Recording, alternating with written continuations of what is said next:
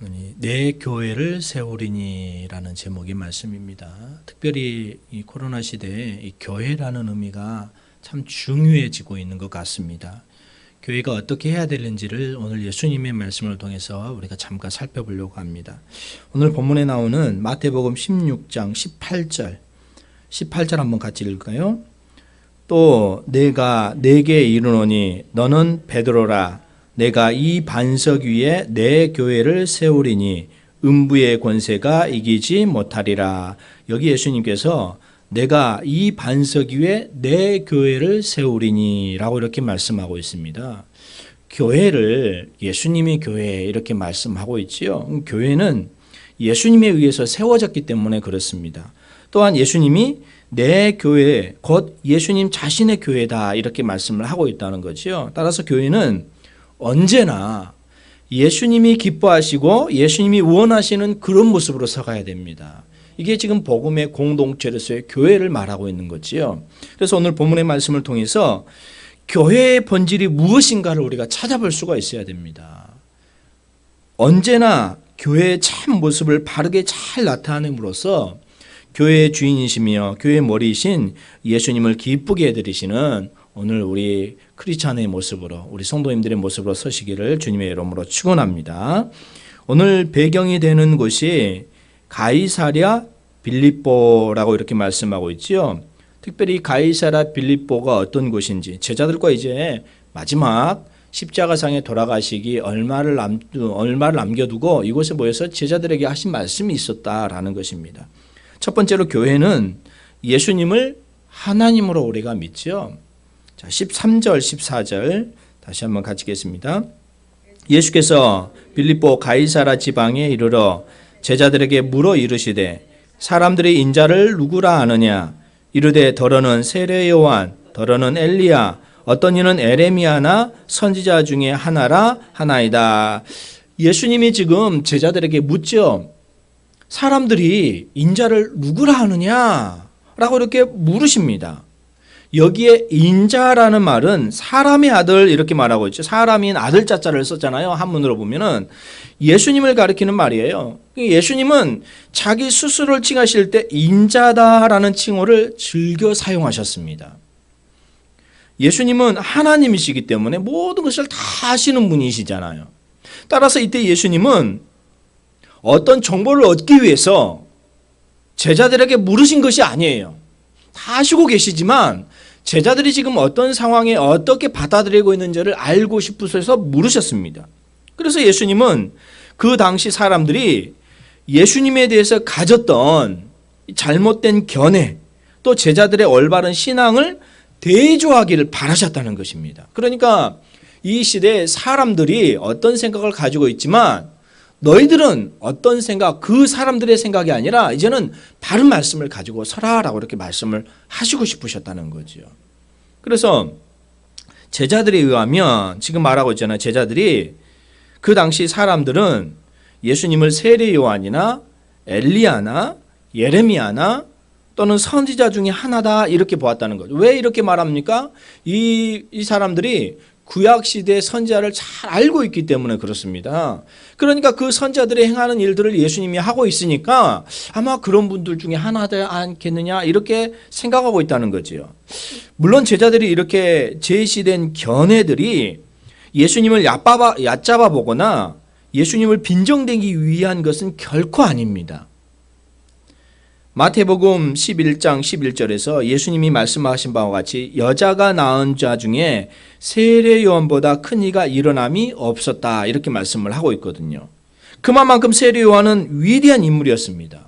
또한 선지자 엘리야도 선지자 예레미야도 위대한 인물이었음은 분명합니다. 또 신명기 34장 10절 말씀에 율법의 전수자 모세 역시 선지자라고 불려졌다는 거예요. 그러니까 사람들이 예수님을 세례 요한으로 보았다든지 또 엘리야나 예레미야나 혹은 모세와 같은 선지자 또 다른 선지자로 보았든지 이는 분명히 예수님에 대한 최대한 경의를 표현하고 있는 거예요. 그러니까 다른 어떤 말로 표현할 수가 없기 때문에 이 사람들을 빗대어서 이렇게 말하고 있다는 거지요. 그러나 이 모든 것은 예수님을 하나님으로 믿지 않았던 사람들이 보여주는 견해이죠. 예수님은 하나님이시잖아요. 그런데 하나님으로 말하지 아니하고 선지자와 같은 견해로 이렇게 말하고 있다는 거지요. 예수님이 이와 같은 견해를 가진 사람들을 불러가지고 예수님의 교회를 세우지 않으셨습니다. 그들이 생각하던 그런 사람들, 선지자로 생각했던 사람들을 불러서 세우지 않으셨다는 거죠. 그래서 예수님은 제자들에게 또다시 묻습니다. 자, 15절, 16절 함께 같이 읽습니다. 이르시되 너희는 나를 누구라 아느냐? 시몬 베드로가 대답하여 이르되 주는 그리스도시요 살아계신 하나님의 아들이시니이다. 이때 시몬 베드로의 대답은 모든 제자들의 믿음을 대변한 것이었죠. 다른 제자들도 베드로와 똑같은 신앙을 가지고 있었습니다. 바로 이와 같은 믿음을 가진 자들을 불러서 예수님은 자신의 교회를 세우겠다 이렇게 말씀하고 있다는 것이지요. 교회는 그렇습니다. 교회는 예수님을 그리스도시요 살아계신 하나님의 아들로 믿는 사람들의 모임인 줄 믿습니다. 이와 같은 믿음을 가지지 아니한 사람은 교회의 일원이 아닌 거지요.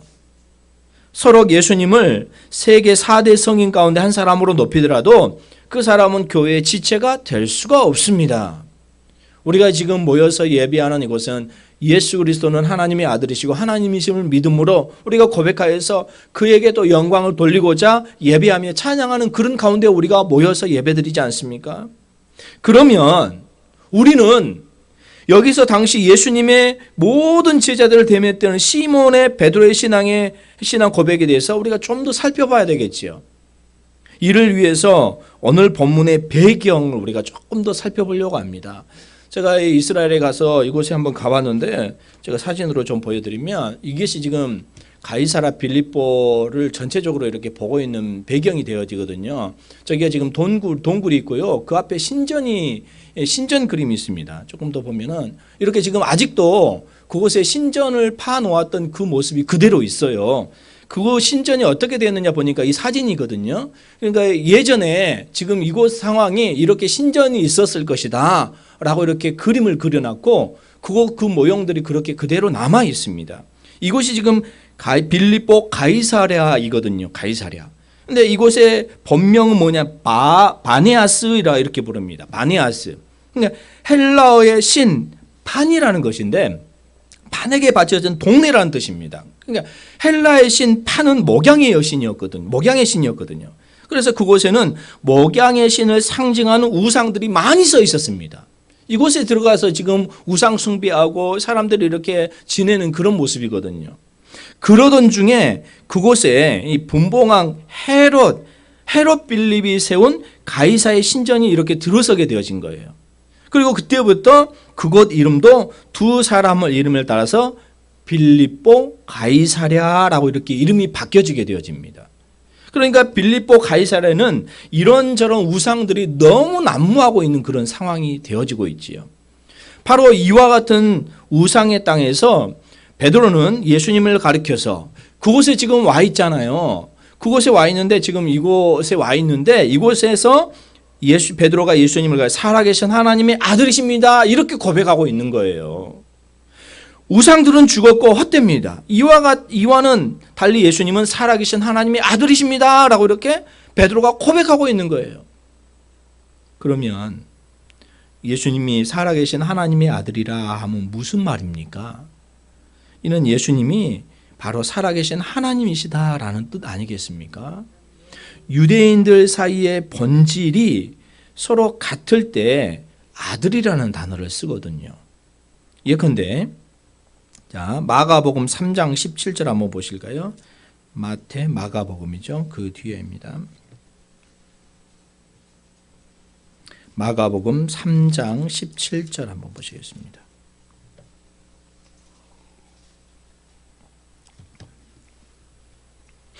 함께 봉독합니다. 또 세베대의 아들 야고보와 야고보의 형제 요한이니 이 둘에게는 보아너게 곧 우레의 아들이라 이름을 더하셨으며, 여기 보니까 예수님은 그 두 제자 야고보와 요한에게 보아너게라는 이름을 더하셨죠. 그 뜻은 우리의 아들 이런 뜻입니다. 물론 이것은 그들의 부모님이 우레라라는 말을 가리키지는 않습니다. 야고보와 요한 그들의 본질이 바로 우레라는 뜻입니다.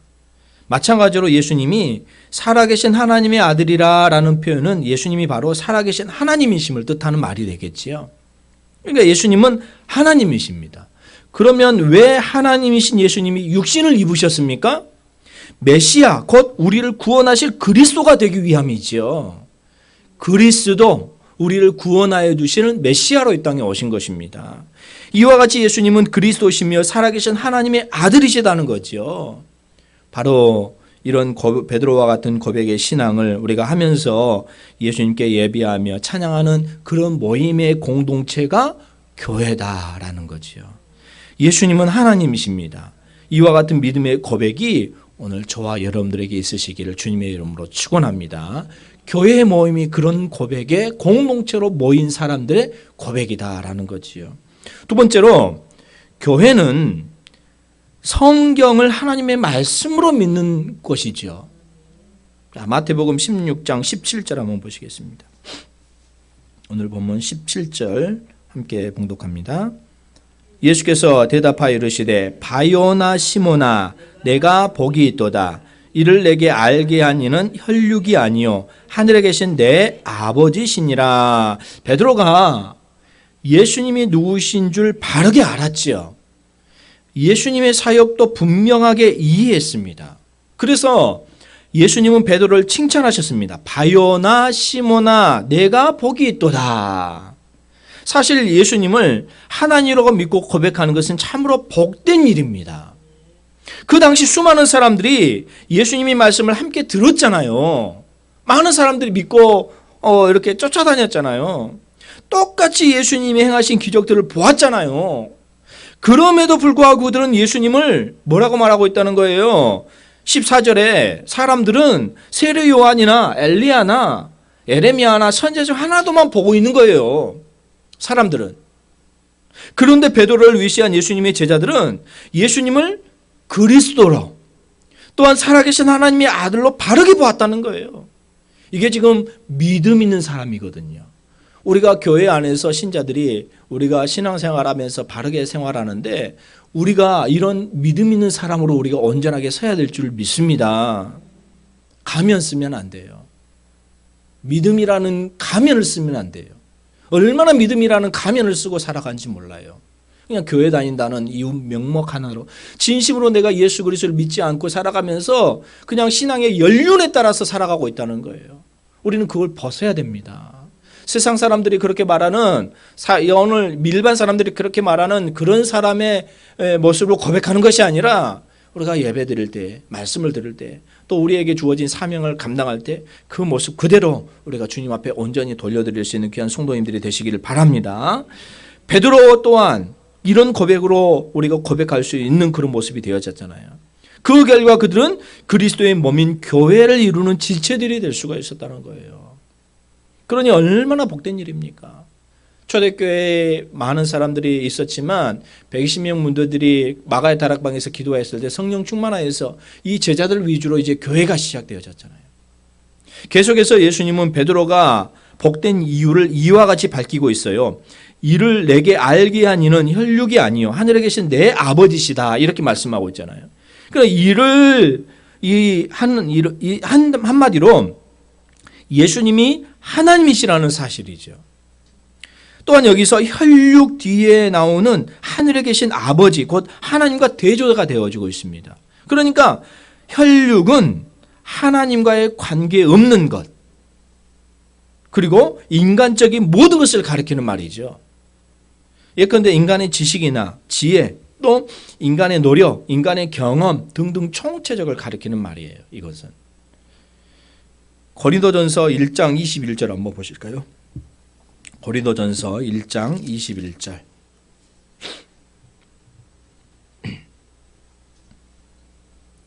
고린도전서 1장 21절 함께 봉독합니다. 하나님의 지혜에 있어서는 이 세상이 자기 지혜로 하나님을 알지 못하므로 하나님께서 전도에 미련한 것으로 믿는 자들을 구원하시기를 기뻐하셨도다. 이렇게 말씀합니다. 사람이 자기 지혜로는 하나님을 알 수가 없습니다. 여러분 보세요. 21절에 보니까 하나님의 지혜에 있어서는 세상이 자기 지혜로 하나님을 알지 못하므로, 자기 지혜로 하나님을 알지 못한다는 거죠. 그러면 어떻게 해야 된다는 거예요? 하나님께서 전도에 미련한 것으로 믿는 자들을 구원하시기를 기뻐하신다라는 거죠. 그래서 우리가 전도의 사명을 가지고 우리 믿음의 사람들이 그 전도하는 그런 모습이 되어야 된다는 거예요. 그러니까 우리는 그 사람이 듣든지 아니 듣든지 우리는 전하면 됩니다. 그럴 때 성령님께서 그들을 역사하셔서 그들에게 말씀을 주셨을 때 그들이 돌아오게 되어지고 그들이 믿게 되어지는 거예요. 우리는 전하면 되는, 우리에게 주어진 사명은 그건 거예요. 그래서 우리 교회가 그런 전도의 사명을 가지고 주변을 전도하고 주변을 통해서 여러 가지 일들을 할 때 하나님께서 역사하심으로 그들에게 놀라운 그런 은혜를 달라고, 주님께서 역사하심을 달라고 우리가 믿음으로 우리가 선포하면서 나아가야 될 줄 믿습니다. 그러니까 다시 말해서 사람의 혈육으로는 예수님이 하나님이심을 알 수가 없어요. 예수님이 이 사실을 부각시키기 위해서 오늘 본문의 베드로를 뭐라고 말하고 있느냐면요, 바요나 시몬 이렇게 말하고 있죠. 17절에 보니까 바요나 시몬이라는 말을 쓰고 있습니다. 베드로의 번시 이름은 시몬이에요. 시몬. 그런데 예수님이 베드로라는 이름을 더하셨죠. 베드로라는 이름을.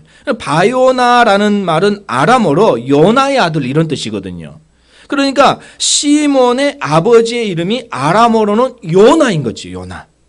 요나의 아들인 거죠. 지금 히브리어로는 요한입니다. 그러니까 베드로의 번시 이름은 시몬이고 그의 성은 바요나인 거예요. 그러니까 베드로는 바요나 시몬에 불과했죠. 그러기에 베드로가 자신의 본래 신분이나 그의 인간적인 지식 또는 그의 인간적인 능력으로 예수님을 하나님으로 알았다는 것은 결코 아니라는 것입니다. 그러면 베드로가 어떻게 이 사실을 알게 되어졌냐는 거예요. 하나님은 그에게 이 사실을 알게 하셨는데 이것은 다른 제자들도 마찬가지입니다. 이곳에 왔던 제자들도. 하나님은 그들에게 이 사실을 알게 하신 거지요. 그러니 그들이 얼마나 하나님께로부터 복을 받았던 인물들이고 그 제자들이었는지를 알 수가 있다는 거예요. 오늘 저와 여러분들에게도 이런 예수 그리스도의 진정한 모습을 고백하면서 그런 삶으로 우리가 살아가시는 귀한 성도님들이 되시기를 주님의 이름으로 축원합니다. 오늘 본문에 알게 하다라는 말을 하고 있잖아요. 알게 하다. 17절 중간을 보니까 알게 한 이는 이렇게 말하고 있습니다.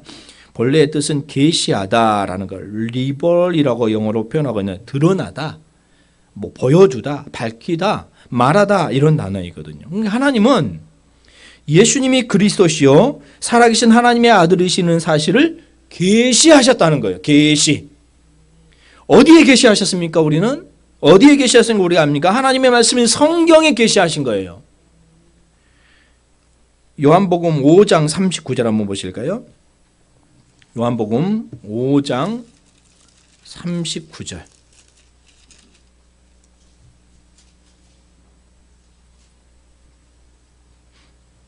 요한복음 5장 39절 함께 봉독합니다.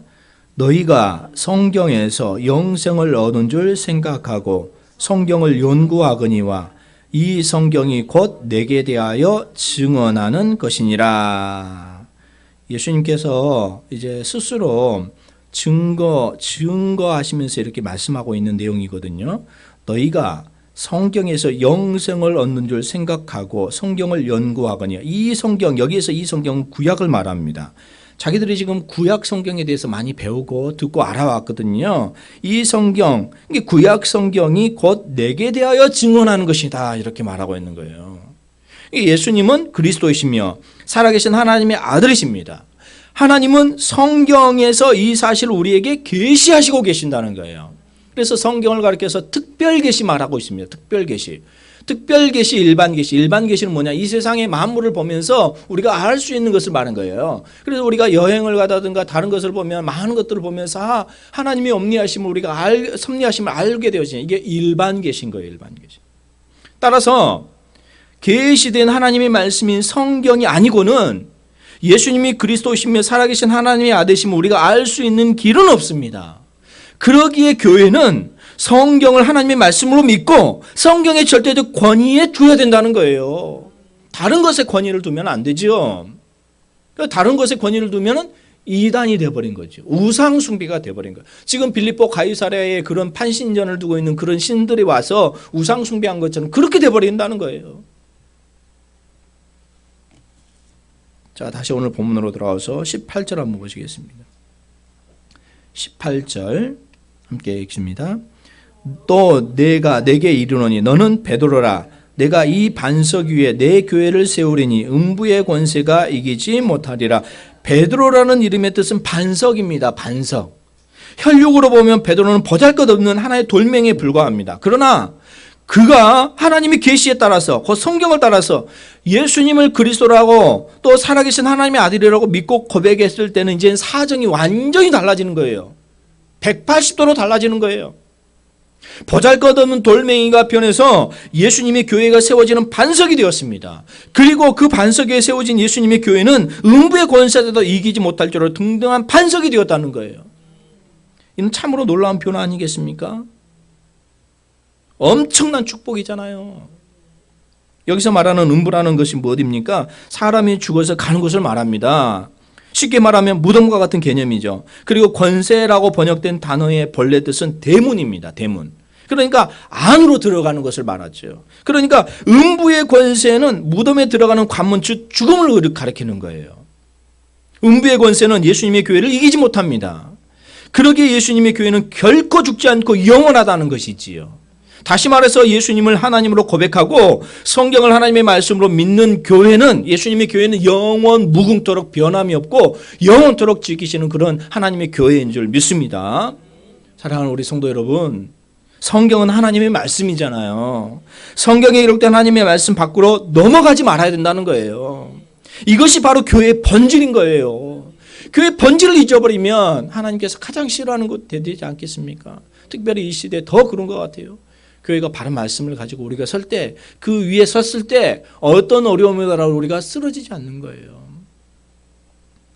교회의 참 모습이기 때문에 그렇지 않습니까? 성경에 계신 하나님의 뜻에 늘 순종하시면서 또 살아가시는 귀한 성도님들이 다 되시기를 주님의 이름으로 축원합니다.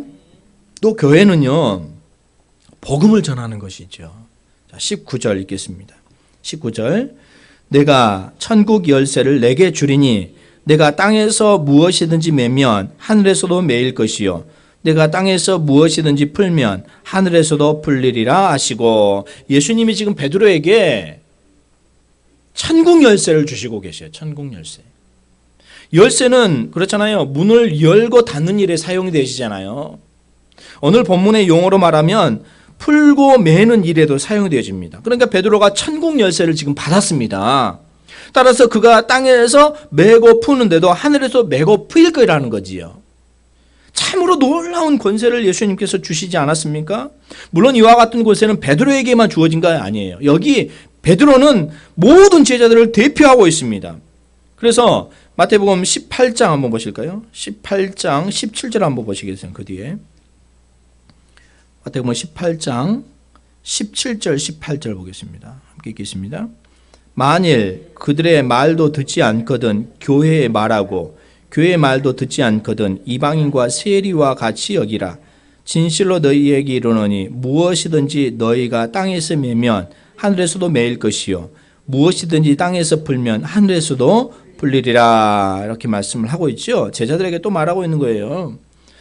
똑같은 권세가 교회 전체에게 동일하게 주어졌음을 말하고 있다는 거죠. 교회가 지금 선포하고 교회가 해야 될 그런 역할을 말하고 있는 거죠.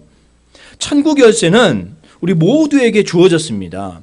따라서 우리가 이 땅에서 매면 하늘에서도 매일 것이고 우리가 땅에서 풀면 하늘에서도 풀릴 것입니다. 다시 말해서 우리가 누구의 죄든 사하면 사해질 것이요 누구의 죄든 그대로 두면 그대로 있을 것이라는 거죠. 예수님의 말씀은 이와 같은 뜻이에요. 우리가 어떤 사람에게 복음을 전합니다.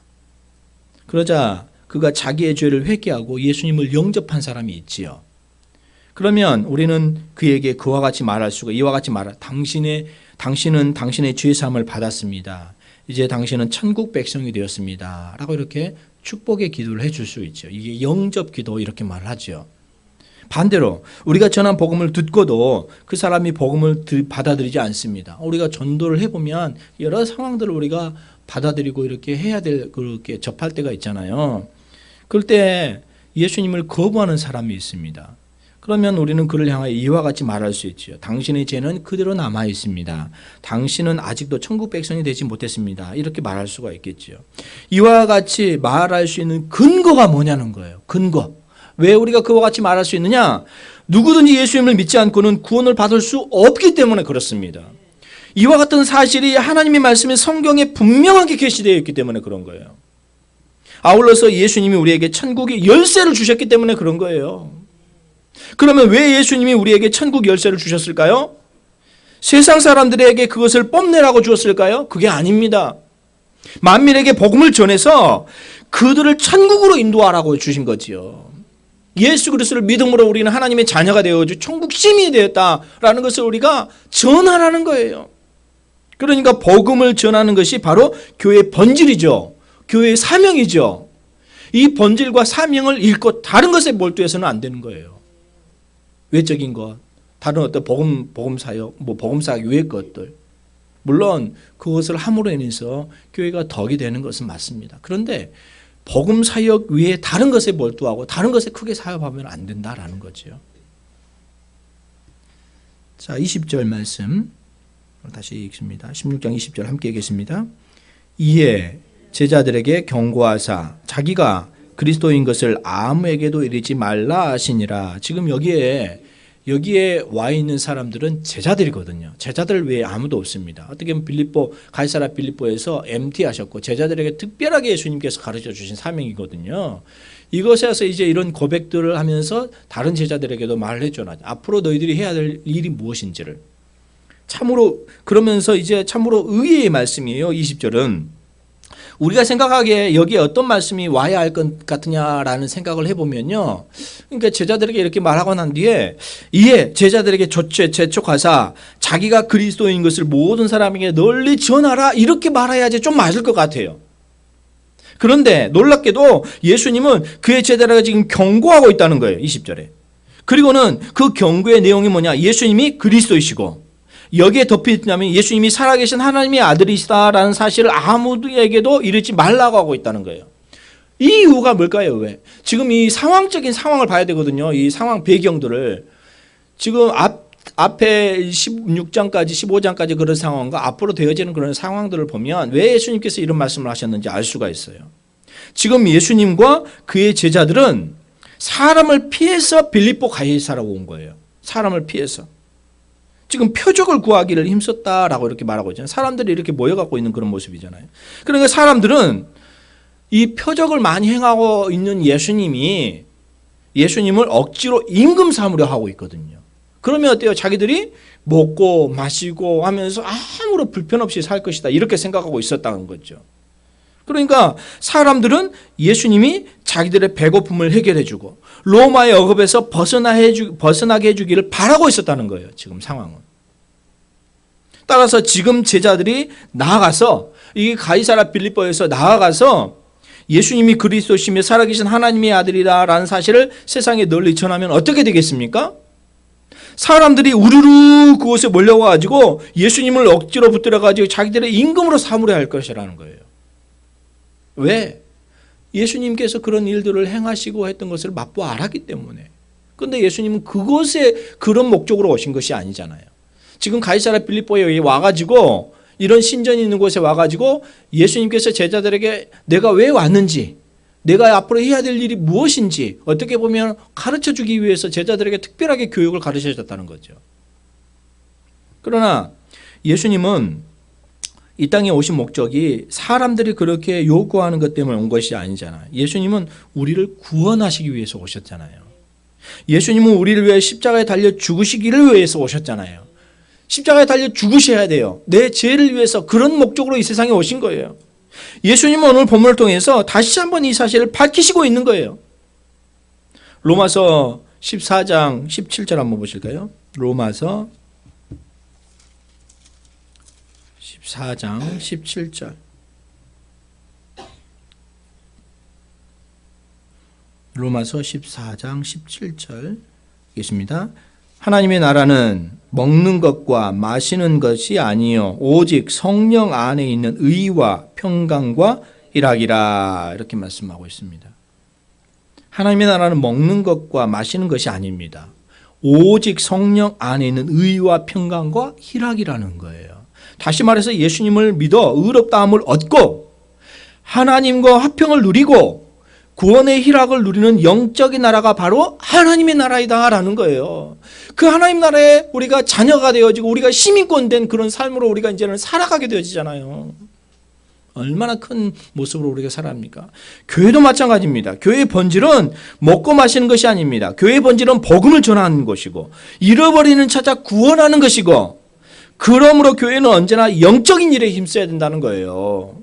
바로 이것을 위해서 예수님이 우리에게 천국 열쇠를 주신 거예요.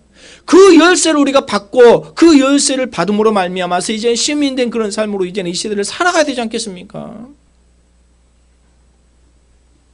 오늘 본문의 말씀을 보면 그렇습니다. 특별히 코로나 시대에 오늘 저와 여러분들의 교회가 해야 될 목적이 무엇인지를 바로 알아야 된다는 거예요. 교회의 본질이 뭡니까? 교회의 참모습이 무엇입니까? 우리 이름교회가 하나님의 말씀의 뿌리를 내리는 교회라는 표현으로 우리가 기도하면서 또 이렇게 나아가잖아요. 말씀의 뿌리가 있을 때 흔들리지 않는 거예요. 어떤 상황이 오더라도. 교회의 참모습을 보면 교회는 예수님을 하나님으로 믿는 거예요. 예수님은 그리스도시요 하나님의 아들이십니다 라고 이렇게 믿는 거죠. 교회는 성경을 하나님의 말씀으로 믿는 거예요. 오직 성경 말씀 외에 다른 것을 믿으면 안 돼요. 또 교회는 복음을 전하는 것입니다. 교회는 하나님의 말씀을 전하는 거예요. 그럴 때에는 내가 그런 본으로서 서야 되겠죠. 말씀이 올바로 서야 되겠죠. 내가 말씀이 올바로 서지 않고 어떻게 복음을 전할 수 있겠느냐는 거예요. 그게 가면을 쓰는 거예요. 교회 안에 성도로서 가면. 우리는 예수님을 하나님으로 믿습니다. 우리는 성경을 하나님의 말씀으로 믿습니다. 우리는 순수하게 복음을 전합니다. 그동안 교회의 참 모습을 지키신 하나님의 은혜에 깊이 감사하면서 앞으로도 그런 거예요. 변함없이 교회의 참 모습을 그대로 지켜나가야 된다는 거예요. 예수님이 우리를 위해서 이곳에 세우신 교회, 우리가 속해 있는 이름교회 더욱 사랑하면서 그 말씀대로 서시기를 바랍니다. 그러면서 교회를 위해서 눈물로 기도하고요. 마음과 몸과 물질로 늘 감사하면서 우리가 섬겨야 된다는 거예요. 그리고 언제나 예수님의 뜻에 맞는 교회가 되기를 위해서 힘써야 됩니다. 우리 이름교회라는 뜻이 하나님의 뜻을 이루어드리는 교회거든요. 또 말씀이라는 단어를 늘 우리가 계속 쓰고 있거든요. 말씀 위에 깊이 우리가 뿌리를 내려야 된다는 거예요.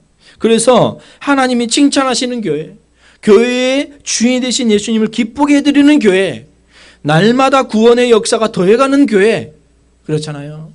하나님이 원하시는 그런 교회가 그런 모습 아니겠습니까? 예수님께서 지금 제자들에게 특별하게 모여서 한 곳이 이곳 아니겠습니까? 지금 가이사랴 빌립보라는 교회가 곳이 이곳이라고 그랬죠. 그 교회 그곳에 가보면 할몬산에서 누려온 물이 너무 깨끗해요. 이 물이 흘러 갈릴리로 가거든요. 갈릴리 요단강 사이로 흘러가거든요. 너무 깨끗하더라고요. 이곳이 먹어도 되는 물이거든요. 예수님께서 이곳에 와서 이곳을 어떻게 보면 쉬면서 제자들에게 특별 교육을 가르쳐주는 그런 곳이었다라는 거예요. 가이사랴 빌립보라는 곳이.